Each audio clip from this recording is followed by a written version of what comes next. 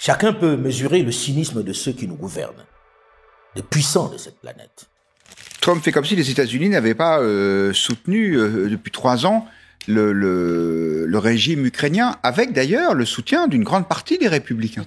Pour les Africains, ce qui se déroule sous leurs yeux en Ukraine doit constituer une formidable leçon. Les subsahariens, notamment la jeunesse, et ceux qui ont en charge de diriger nos pays, doivent en tirer plusieurs enseignements. Cette actualité est tellement riche d'expériences pour l'avenir. Leur focus doit toujours être l'intérêt de leur pays. C'est cela leur boussole. Les promesses n'engagent que ceux qui y croient. Les belles paroles, les choix que leur imposent les grandes puissances doivent être clairement et systématiquement et froidement analysés à l'aune des intérêts du pays. Lorsque l'on s'enferme dans leurs projets, dans leur agenda, on peut rapidement se retrouver tout seul. Les grands discours sur l'aide, les concepts de secours humanitaire ne sont que des leurres dont il faut se méfier. Ils doivent en avoir pleine conscience. Ces monuments cachent toujours un sombre dessein. Nos dirigeants doivent toujours garder à l'esprit qu'il n'existe pas d'amitié entre les États, mais qu'il n'y a que des intérêts. Tous ceux qui vous invitent à aller en guerre, à combattre tel ou tel voisin, qui se proposent d'intervenir militairement chez vous, le font pour des intérêts qui sont les leurs. Toujours. Il n'y a aucune raison qu'ils le fassent simplement pour vos beaux yeux, alors qu'ils ont eux aussi leurs problèmes chez eux, en interne. Les expressions du genre « nos amis les Africains », les tapes faussement amicales sur l'épaule cachent trop souvent des entourloupes bien emballées. Certains de nos dirigeants en ont eu pour leurs frais pour avoir beaucoup trop écouté quelques chefs de grande puissance qui leur promettaient monts et merveilles, qui leur garantissaient de sauver leur pouvoir. À la fin de la journée, ils se sont retrouvés fort dépourvus et bien seuls. Il faut avoir le courage de prendre ses responsabilités lorsque vous sentez que vous avez raison et que les options qu'on vous impose de l'extérieur ne sont pas conformes à vos intérêts. C'est en cela que les dirigeants de l'AES ont eu un mérite extraordinaire en mettant un terme à cette aide militaire infructueuse, budgétivore et humiliante qui, pendant plus de 10 ans, n'a rien résolu. If you want freedom, take pride in your country. If you want democracy, hold on to your sovereignty. And if you want peace, love your nation. L'autre grande leçon à tirer de l'expérience ukrainienne pour nos dirigeants, mais également pour l'ensemble des Africains, c'est qu'en réalité, celui que tous redoutaient et qui faisait la leçon est finalement un tigre en papier. Les Européens sont mous, donc ils vont continuer à être mous, ils sont désunis, ils se resteront désunis, et ils feront avec parce qu'ils n'ont pas d'autre option que de faire avec, sauf le jour où ils se seront décidés à créer une Europe puissance qui ne soit pas simplement une Europe du commerce et des échanges, mais une Europe ayant une souveraineté. Le problème est que les chefs et les dirigeants de l'Union européenne et des institutions européennes, effrayés comme des poulets, restent assis dans le champ à attendre leur sort. Je veux dire que les poulets effrayés n'ont pas d'avenir.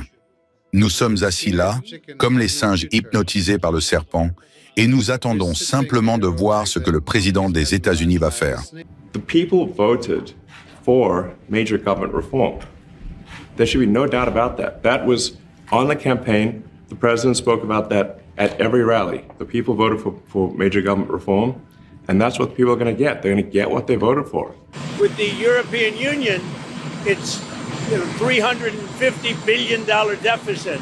So obviously something's going to take place there. Il y a quelques années, il y a une quinzaine d'années, on va dire environ, nos économies étaient comparables. Je parle de l'ensemble de l'Union européenne avec les États-Unis. Aujourd'hui, le PIB américain, c'est 27 000 milliards de dollars. Ce qui est le PIB de l'Europe, c'est 17 000 milliards de dollars. Donc on est décroché. The UK is way out of line. You know, we have over a $300 billion deficit. They don't take our cars. They don't take our farm products. They take almost nothing. And we take everything from them. Millions of cars, tremendous amounts of food and farm products. So the UK is way out of line, and we'll see the UK, but European Union is really out of line. UK is out of line, but I'm sure that one, I think that one can be worked out. But the European Union it's an atrocity, what they've done. Arrêtons de rêver, arrêtons de jouer les matamores. On n'est plus dans la position de faire des effets de gros bras. Et si un jour on devenait réaliste et qu'on disait voilà réellement nos objectifs, les moyens que nous pouvons mettre et la stratégie qui en découle. L'Europe est le grand perdant de cette aventure. Son image a été fortement écornée. La vérité est sortie au grand jour. La grande donneuse de leçons sous-traite elle aussi sa sécurité.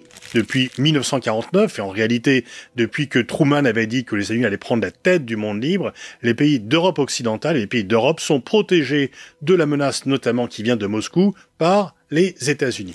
Elle est en panique lorsque le grand frère américain lui tourne le dos. Elle est en panique lorsque l'oncle Sam se rapproche de l'ennemi désigné d'hier, la Russie.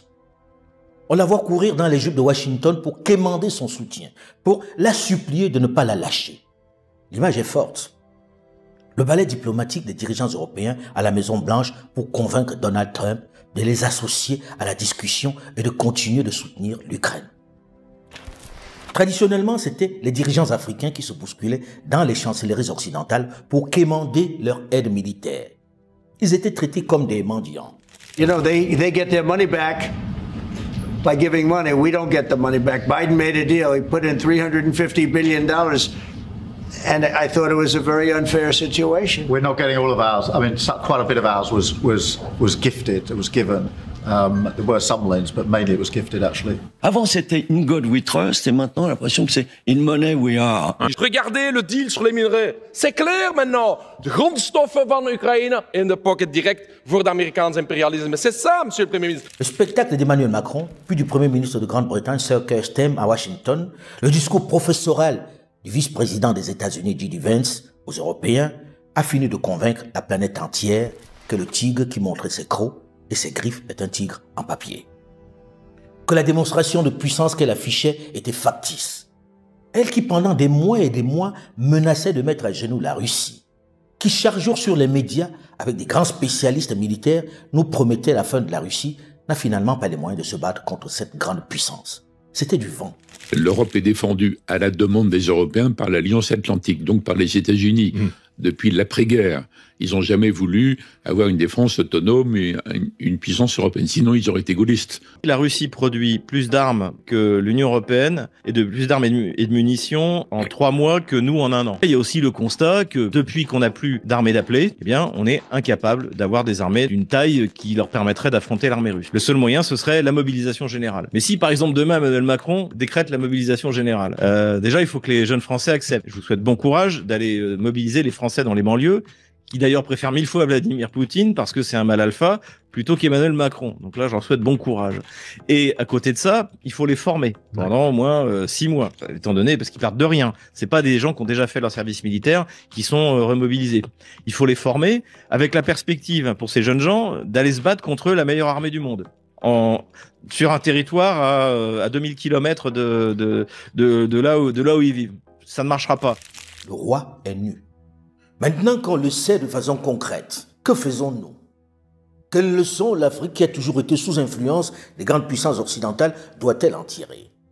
Face au grand chamboulement géostratégique où les amis d'hier se déchirent pendant que les inconciliables adversaires